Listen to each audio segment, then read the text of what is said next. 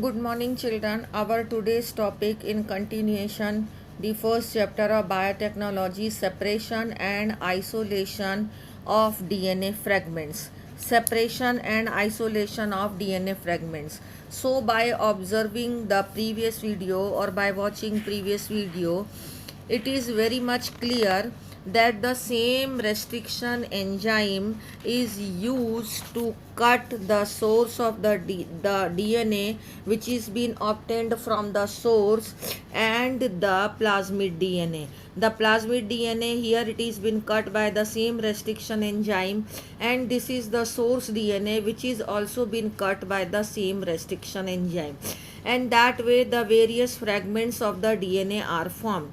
But we are to separate and isolate these fragments of the DNA from the source material. So this is the today's topic of ours is separation and isolation of DNA fragments.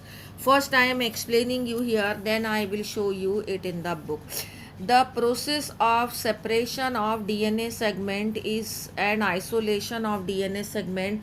As I told you कि suppose the long thread of DNA is there, and if this DNA is been cut by the restriction enzyme into the various fragments, so these fragments get intermingled with each other, so they are to be separated from each other. For that there is a process, that process is called as gel electrophoresis.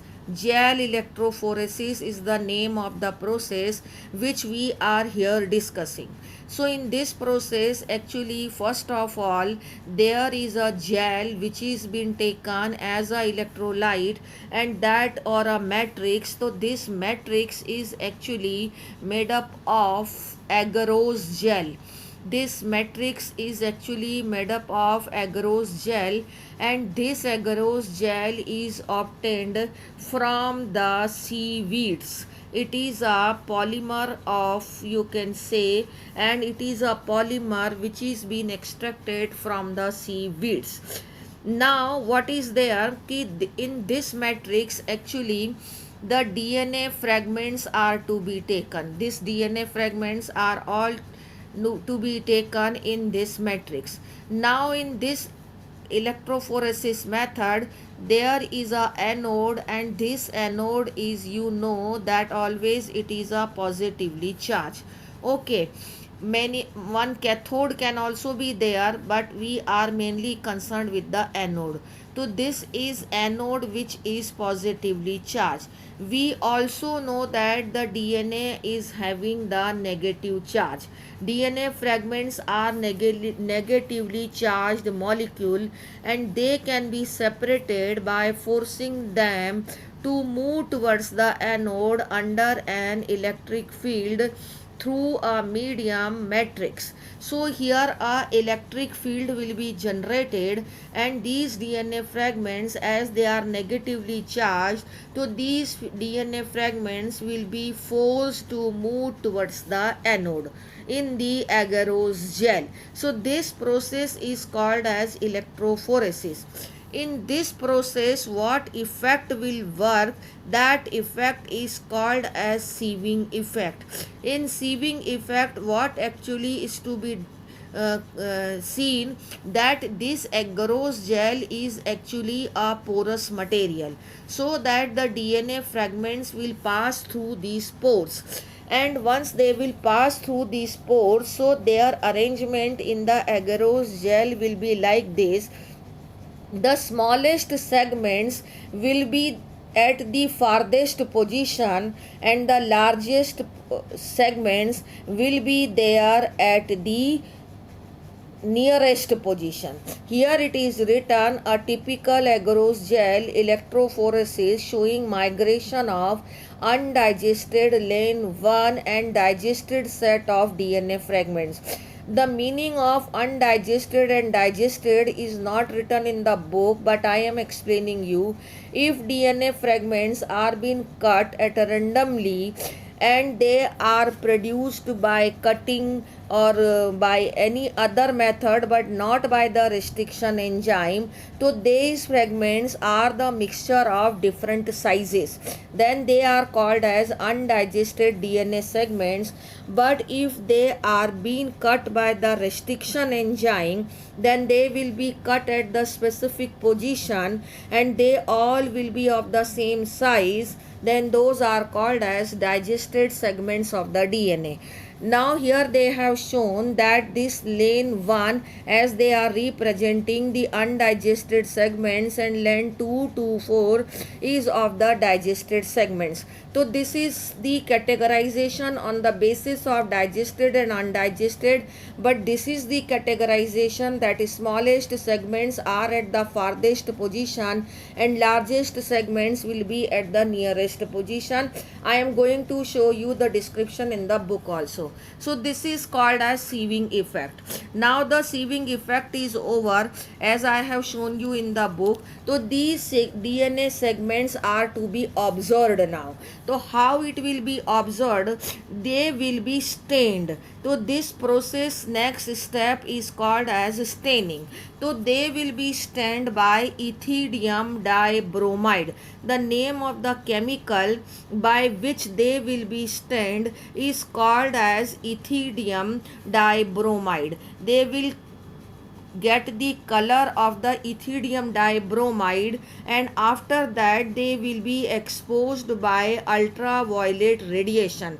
Once they will be exposed by ultraviolet radiation, then these fragments will be visible in the visible light, and even if they are less stained or if they are without staining, even cannot be seen in the ultraviolet lights. So in the ultraviolet light, only those segments will be visible of the DNA which are being stained by the ethidium dibromide. Now this step is gel electrophoresis, in which sieving effect will be there, then the staining by ethidium dibromide, and then the visibility will be there with the help of ultraviolet radiation. Now it comes the fifth point, that is called as elution. In elution, what is to be done, that these DNA fragments which have now got separated like this, the smallest is at the farthest and largest is at the nearest position. So these will be separated from the gel. The process of extracting the cut out DNA from the agarose gel in the form of species from the gel piece, it is to be separated out. This step is called as elution. After that, the DNA fragments are purified in this way, are used in constructing the recombinant DNA. What is recombinant DNA? This. So before making this DNA is to be ligated with this plasmid DNA. So before ligation, what we are discussing, gel electrophoresis, sieving effect, elution, all is to be performed with this part, and when these will be separated out from the agarose gel, then only this can be pasted with this plasmid DNA and can be recombinant DNA be formed.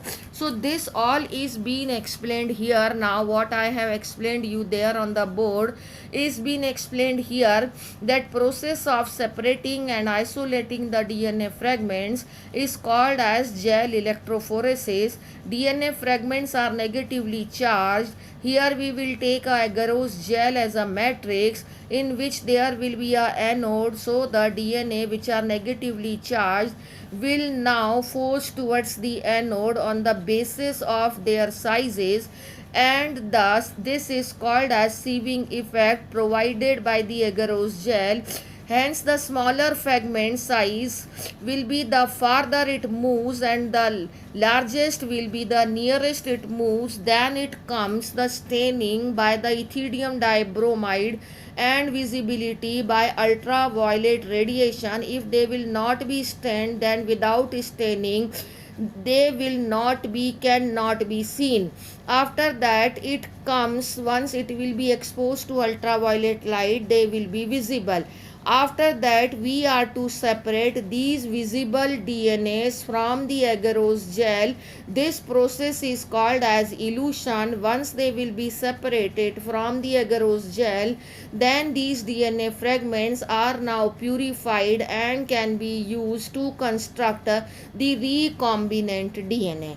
So these are the various steps of the separation of DNA fragments. Gel electrophoresis, in which sieving effect is a separate part, can be asked separately. Staining can be asked separately. Elution can be asked separately. And this is the diagram which shows that how DNA segments are separated on the basis of their sizes. Thank you.